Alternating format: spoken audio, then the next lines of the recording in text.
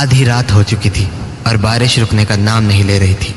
अपना काम खत्म करके मैं ऑफिस से निकलने लगा तो मुझे गार्ड भैया ने टोक दिया। अरे राजीव जी, इतनी रात तक आप यहीं हैं? घर नहीं है? हाँ, वो कुछ अर्जेंट काम था, इसीलिए देर हो गई, पर अब घर ही निकलूंगा। बेटा, शायद आपको पता ना हो, पर आज अमावस की रात है। आज रात बाहर अकेले नहीं निकलो तो बेहतर होगा। जाओ तो कल सुबह चले जाना। क्या बात कर रहे हो आप गार्ड भैया? कल दोबारा ऑफिस भी तो आना होगा मुझे। बेटा, बात मानो मेरी, आज रात अकेले मत जाओ। घर पे कुछ काम है भैया, जाना तो पड़ेगा। तो एक काम करो, कुछ देर रुक जाओ, मेरी ड्यूटी खत्म हो जाएगी, फिर हम दोनों साथ निकल लेंगे। अरे भैया, काफ़ी लेट हो जाएगा मुझे, और कल ऑफिस भी तो आना है। मैं निकलता हूँ, आखिरी बस आती ही होगी, वो छूट गई तो दिक्कत हो जाएगी मुझे। चलो, गुड नाइट। बेटा रुको। देखो, मैं जानता हूँ कि आप मुझसे ज्यादा पढ़े लिखे हो और आपको इन बातों पे ज्यादा भरोसा भी नहीं होगा, पर फिर भी ये अपने साथ रख लो। ये क्या है? माता का अंगार है, मेरी पत्नी ने मुझे दिया था, इसे अपने साथ रख लो, ये आपकी रक्षा करेगा। अरे भैया, क्या अभी? बेटा, बात मानो और इसे बस अपने पास रख लो। ठीक है, लाओ। मैंने वो पोटली अपने जेब में रख ली और वहाँ से निकल गया। बारिश बहुत ज़्यादा होने के कारण आसपास कोई भी नहीं दिख रहा था, तो मैं वहीं खड़ा खड़ा बस का इंतज़ार करने लगा। रह रहकर बादल बहुत ज़ोर से गरज रहे थे और मुझे आसपास मेरे अलावा कोई दिख भी नहीं रहा था। कुछ देर वहाँ खड़े रहने के बाद मुझे अंदाज़ा हो गया कि शायद आखिरी बस भी निकल चुकी है। तभी अपनी दाईं ओर पर मुझे एक आदमी दिखा। अंधेरा ज़्यादा होने के कारण उसका चेहरा तो ठीक से नहीं दिख रहा था, पर उसे देखकर ऐसा ही लगा कि वो इसी बस स्टॉप की तरफ आने वाला है। मैंने इस बार अपनी गर्दन बाईं तरफ मोड़ी, पर पूरी सड़क सुनसान थी। मैंने दोबारा उस आदमी की तरफ देखा, पर वहाँ पर अब कोई भी नहीं था। मुझे ये बात काफ़ी अजीब लगी, क्योंकि अभी थोड़ी देर पहले मैंने वहाँ पर किसी को देखा था। मैं इस बात को समझने की कोशिश कर ही रहा था कि मुझे उस तरफ से एक कैब आती हुई दिखी, तो मैंने कैब को रोकने के लिए इशारा किया, पर वो कैब मुझसे आगे निकल गई। तो मैं हताश होकर दोबारा उस तरफ देखने लगा, पर तभी मुझे अपने पीछे गाड़ी के ब्रेक की आवाज़ सुनाई पड़ी। पलट कर देखा तो वो कैब रुक चुकी थी। मुझे लगा चलो अच्छा है, कुछ तो मिला।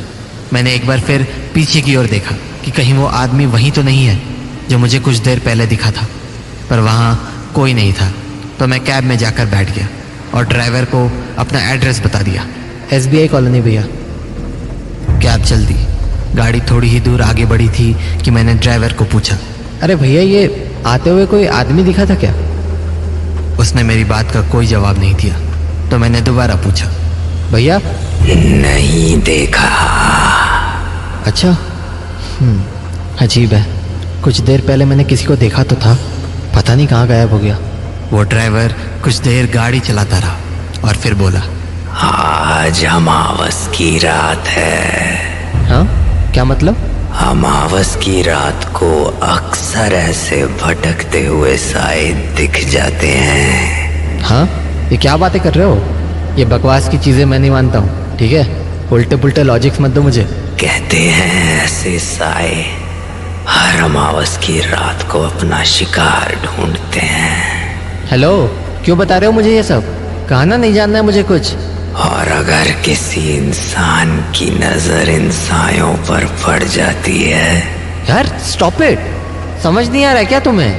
तो उसकी मौत तय हो जाती है। अरे तुम पागल वागल हो क्या? गाड़ी रोको यार, मुझे नहीं जाना है कहीं। जैसे आज तुम्हारी मौत तय है। व्हाट नॉनसेंस, तुम्हारा दिमाग फिर गया है क्या? लिसन, गाड़ी रोको, मुझे नहीं जाना है कहीं भी, जस्ट स्टॉप द कैब। पर मेरी बातों का मानो उस पर कोई असर ही नहीं हुआ। उसने गाड़ी नहीं रोकी, तो मैंने उससे दोबारा कहा, मेरी बात समझ नहीं आ रही है क्या? गाड़ी रोको चुपचाप। अपनी बाईं तरफ देखो, सब समझ आ जाएगा। अरे व्हाट बाईं ओर? क्या है बाईं ओर? सड़क पर देखो। उसके बोलने पर जब मैंने अपनी गर्दन सड़क की ओर मोड़ी तो मुझे वहाँ एक आदमी खड़ा दिखा। कपड़ों से वो भी कोई कैब ड्राइवर ही लग रहा था और अंधेरे के कारण उसका चेहरा ठीक से दिख भी नहीं रहा था। मुझे समझ नहीं आया कि आखिर ड्राइवर ने मुझे बाईं ओर देखने को क्यों बोला। तो मैंने गर्दन वापस सीधी की और ड्राइवर की ओर देखा, पर सामने का नज़ारा देख के मेरे होश उड़ गए। वो ड्राइवर अपनी सीट से गायब हो चुका था और गाड़ी अपने आप चली जा रही थी। मुझे समझ नहीं आ रहा था कि आखिर हो क्या रहा है। तभी गाड़ी में जोर का ब्रेक लगा और मेरा सर सीट पर जा भिड़ा। मैंने आंखें खोली तो देखा कि वो ड्राइवर पीछे मुड़कर मुझे ही देख रहा है और फिर उसने मुझसे कहा, साहब क्या हुआ, आप ठीक हो ना? क्या? तुम कहाँ से आए? कहाँ से आया मतलब? तुम अभी तो गाड़ी में नहीं थे और गाड़ी अपने आप चल रही थी। क्या बोल रहे हो साहब, होश में तो हो। देखो, पागल मत बनाओ मुझे। अभी थोड़ी देर पहले तुमने ही कहा कि आज मेरी मौत तय है और फिर तुम गाड़ी से गायब हो गए। कैसी बातें कर रहे हो साहब, भला मैं आपसे ये सब क्यों कहूँगा? छोड़ो, रहने दो। पक्का आपने कुछ नशा किया है। आपकी सोसाइटी आ गई है, मेरा भाड़ा दो और जाओ। उस ड्राइवर की बात पर मुझे अब भी यकीन नहीं हो रहा था। मेरा मन ये मानने को बिल्कुल तैयार नहीं था कि जो मेरे साथ हुआ वो मेरा कोई वहम था। पर मैंने बात ज़्यादा नहीं बढ़ाई और कैब से बाहर निकल गया। अगली सुबह डाइनिंग टेबल पर बैठे हुए मुझे अपनी जेब से वो माता के अंगार वाली पोटली मिली, पर अब उस पोटली का रंग काला हो चुका था। मुझे ये बात काफ़ी अजीब लगी क्योंकि कल रात तो उसका रंग लाल था। तभी मुझे मेरे एक ऑफिस कलीग का फ़ोन आया।